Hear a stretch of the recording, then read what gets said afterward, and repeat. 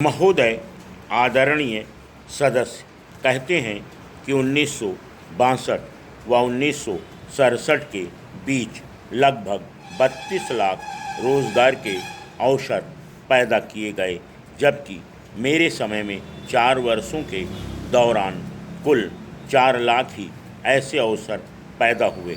लेकिन हाल के वर्षों के सूखे और मंदी के बारे में उनकी जबान से एक शब्द भी नहीं निकला और हमने 1963 तथा 1965 के बीच रक्षा और विकास संबंधी जो अधिक प्रयास किए उनके बारे में भी वह मौन रहे।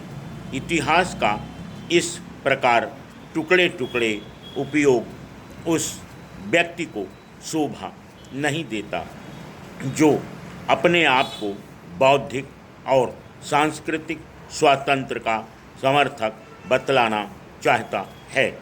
श्री मेहता और अधिक अच्छा बजट चाहते थे।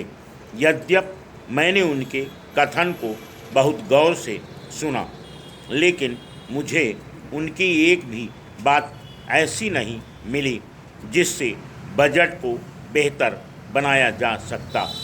उन्होंने कहा कि देहाती क्षेत्रों तथा ग्राम विकास कार्यों के लिए और ज़्यादा धनराशियाँ रखी जानी चाहिए थीं।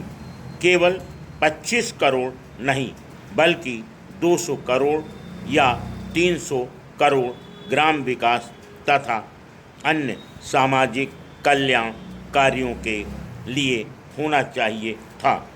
लेकिन उन्होंने ये नहीं बताया कि इन अतिरिक्त खर्चों का बंदोबस्त कैसे किया जाए। लगता है कि कोई वास्तविक आलोचना न कर सकने पर वह कुछ दुखी अनुभव कर रहे थे। शायद उनका अभिप्राय यह था कि मैं कोई ऐसा बजट रखती जिसे वह और अधिक अच्छी तरह अपनी आलोचना का लक्ष्य बना सकते।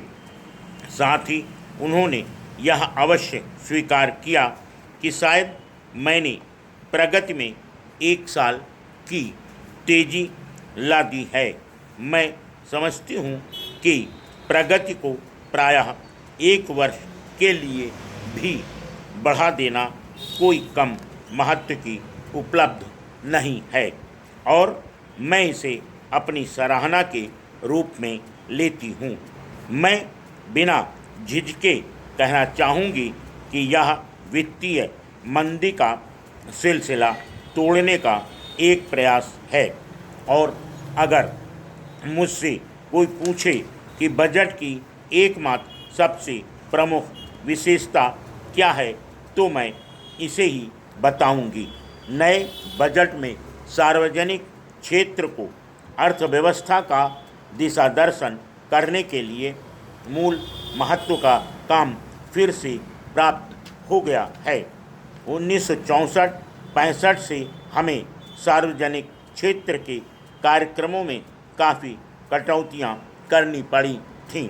हमें शायद 1967, 68 और 1968-69 की बढ़िया फसल का लाभ उठाते हुए अर्थव्यवस्था में निवेश की दर बढ़ानी चाहिए थी, जो आगे चलकर लाभ का प्रमुख कारण बनती।